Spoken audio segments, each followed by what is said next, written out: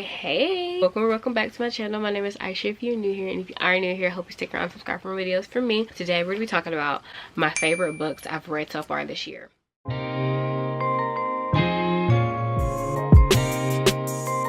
When I first thought about doing this video, I was thinking, did I even read a lot of good books this year? Then I went on my Goodreads, which will be linked down below, and actually have like 12 or 15 books that are my favorite so far this year. It's kind of a lot of books. I am also like 12 books behind on my reading go, but we're not gonna talk about that because it kind of stressed me out. I have my list on my notes. I'm gonna pull up my list on my notes. All the books will be over here. I'll also give little details on all the books and why they're my favorite. You know the vibe. So this is in no particular order. I'll go ahead and jump into this video. We're gonna start with Just a Heartbeat Away. Now this one, surprisingly, is one of my favorites because it was just, it had all the feels, okay? It did. So it is a single parent trope, a dad trope.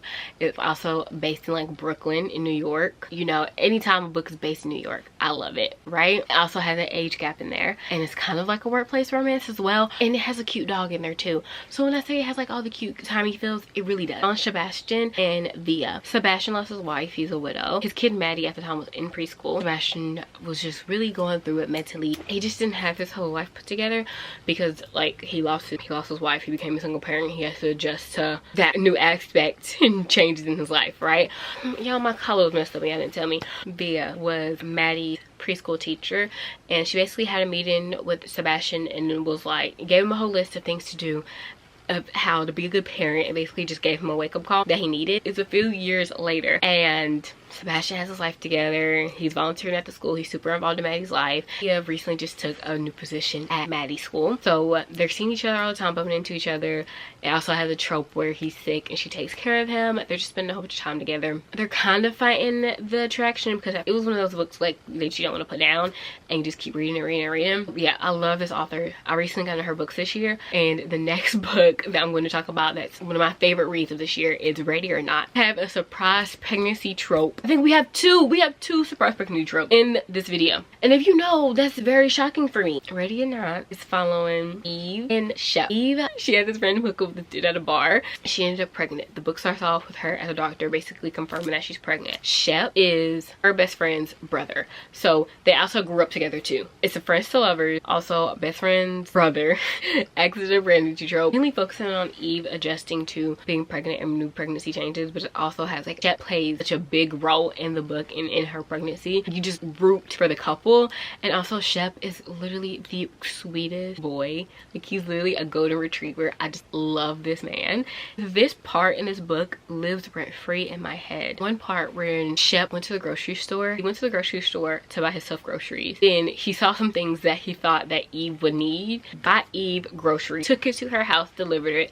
Eve didn't ask for anything. Like, Eve was like, so you went to the grocery store to buy yourself groceries. You ended up buying me groceries instead. Living in New York is a journey. You know what I mean? And he was like, I thought you might like this. I can get myself groceries later. Sir, you said scrap your whole idea of feeding yourself. You're gonna come over here and make sure that I have a full fridge. Like, Shep made the whole book for me. I don't know how she writes these men. I loved everything about the book minus her baby daddy, because her baby daddy, he was getting on my nerves. But the Bride Test, okay, we need to talk about how amazing this book is.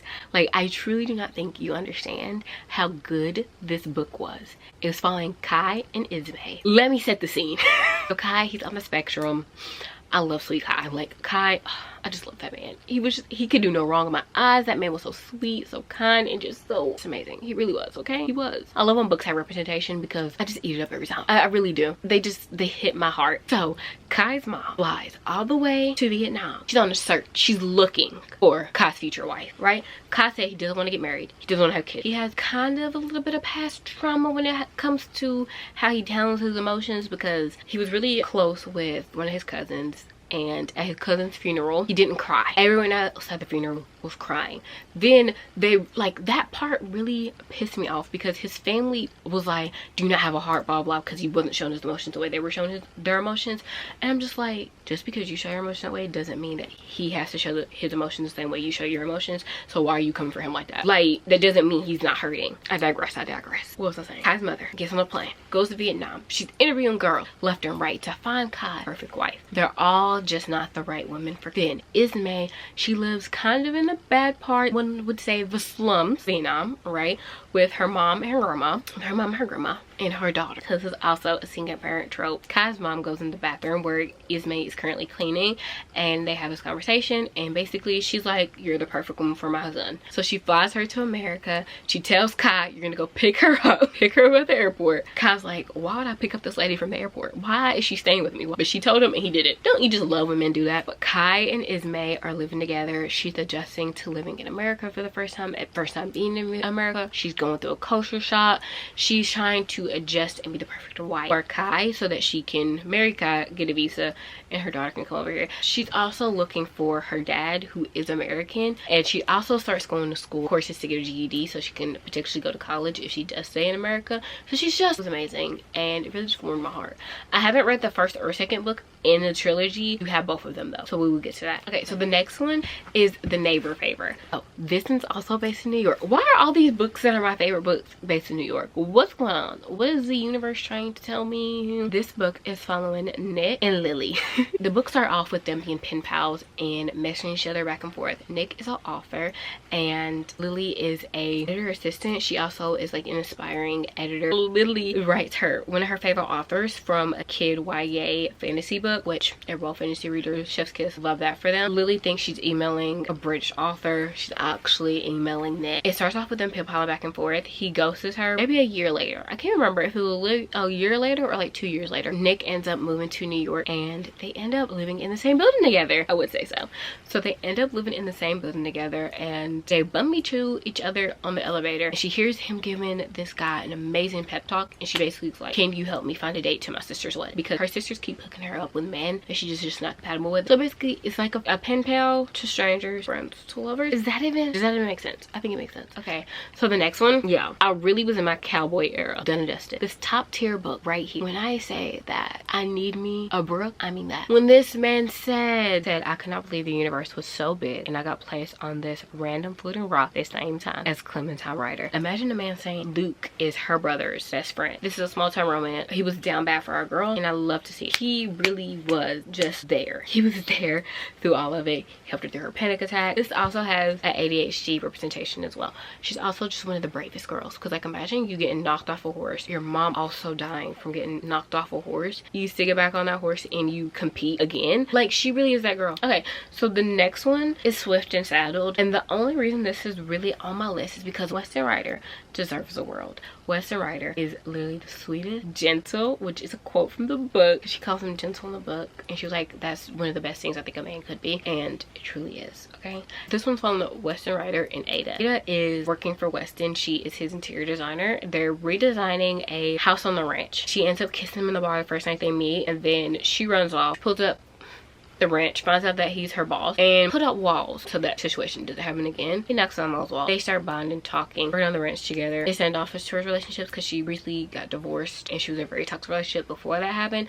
So he's basically just building a comfort for her in small time romances, and they start building those roots and they start building those friendships and those bonds. They're there for the long haul. Okay, the next one is Out on a Limb. When they said that this was going to be one of the best books I've ever read, they were 110% correct. This book was the sweetest, cutest, well-rounded, wholesome book. This one is following Wynn and Bo. They meet at a Halloween party at her best friend's house. They instantly have a connection. They're instantly bantering each other, which like their connection was so strong to begin with at the beginning of the book. The way that it got better and better throughout the whole book is kind of crazy. So they meet at the Halloween party. They hook up. She thinks she's never gonna see him again. A couple weeks later, she finds out she's pregnant. Right. So as soon as Bo finds out that she's pregnant, he cries happy tears. They both have disabilities. Our man Bo Ben knew that he wanted Wynn to be his girlfriend, for them to be in a relationship, but she was just like, I don't really want to get in a relationship because what about something happens and we have to raise our kid together, against the whole relationship thing. But she was also still falling in love with this man, and then he was always just trying to make sure that she was taken care of. They were just always there for each other. Even Bo's friends, when they popped up in the book, I love their friends' commentary. If you don't like surprise pregnancies or you've never liked accidental pregnancies romancy trope, read this book first because this might change your mind. The friendships they had, the love that they had for each other, so good. It's The Things We Left Behind. This is the final book in the Knuckmouth series, right? So it's very bittersweet that I'm probably never going to see these characters again. I loved it. Okay, so it's following Sloane and Lucien. They were childhood best friends, and then it turns childhood best friends to enemies to lovers. They had a feud lasting about 30 years. They were next door neighbors. They're still currently next door neighbors. He bought his house that he grew up in. He's a billionaire. Sloane's a librarian, and she's a fiery librarian. This girl, you will know if Sloane does not like something. You will know if Sloane has a problem with something, and I love that about Sloane. He just wants to make sure that her library was in tip-top shape, that people can always get what they need when they go to her library. And then we have Lucien, the misunderstood bad boy. Lucien and Sloane have been feuding for years for something that happened in their past. It's book flips from past and present, so you get to see their backstory of how they became best friends. Sloane is on this mission to find her person that she wants to settle down with. Lucien is Lucien. He doesn't want to get married. They end up starting to hook up. Throughout the whole book, Lucien is searching for the person that had knock shot, because if you read, trying to stay low-key and trying to keep Sloane out of the public eye. It's a small town romance friend group. It's amazing. It has like a found family trope in it. If you don't know, I love found family trope. Like, those are the best books personally.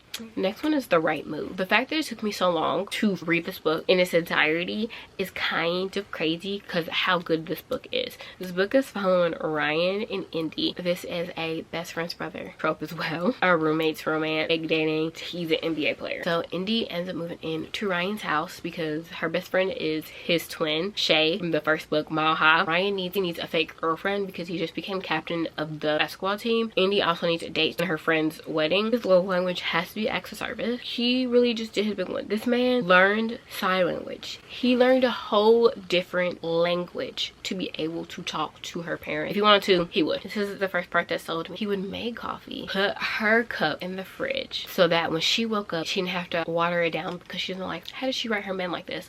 Because Caught Up, one of the best books ever. And also, I love our girl Indy. She's a romance reader. She's so sunshiny and bubbly and happy, and she just deserves the world. Like, she deserves her fairy tale and her prince. Is This Could Be Us. This had me feeling all the emotion. It had me wanting to scream. It had me wanting to throw the book. It had me wanting to run. It had me crying, smiling of joy, laughing. Hendrik, hilarious. That is one of the funniest characters. That girl, every time this girl would pop up in the book, she had me wishing I had a friend like her, and she had me laughing at how funny she was. So this book is following Soledad and Judah. Soledad finds out that her husband was doing some sly stuff. He was very much so a snaky snake. Got in trouble with the law. But yeah, the big boys, they got him. Cheating on Soledad? Are you crazy? Are you dumb? The answer is yes. Our girl Soledad divorced him. Gone. Donezo. Taking out the trash, right? Because she was a stay-at-home mom. So she starts trying to build her career, stop her children from having to keep making adjustments in their lives. She starts grinding. We love her girl Soledad. Things she gonna do, she gonna hustle, she gonna grind, she gonna make a way. Love that. On her self-love, self-healing journey. She doesn't really want to get into the dating scene. Judah comes into the picture at the beginning of the book at a Christmas party. They instantly have a connection, but she's married, so she's like, I'm not that type of woman, you know? She lets the connection slide. Time pass, they bump into each other. He's divorced and they both have kids. Right, they're both single parents, and he hasn't really like felt a connection or want to date anyone until he met Soledad, and he was just infatuated ever since. This book has sisterhood, it has self-love, just all the multi-dimensional layers. It was so good. The last book is Check and Mate. Allie Hazelwood has done it again.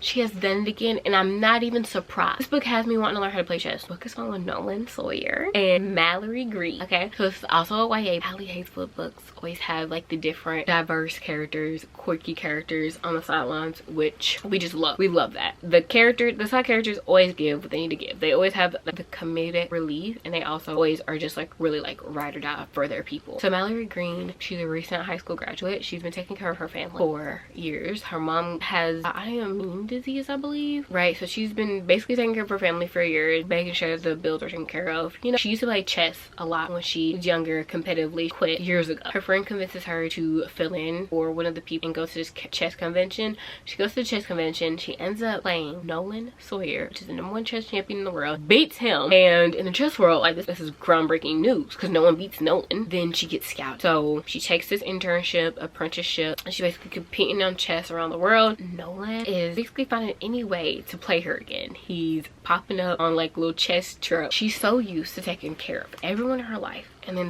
we have Nolan that starts taking care of her without her even really realizing it. is one of those cute YA books that has all the things. That wraps up all of my favorite books I've read so far this year. But if you enjoyed this video, don't forget to like, comment, and subscribe, and I'll see you guys next week in my next video. Bye!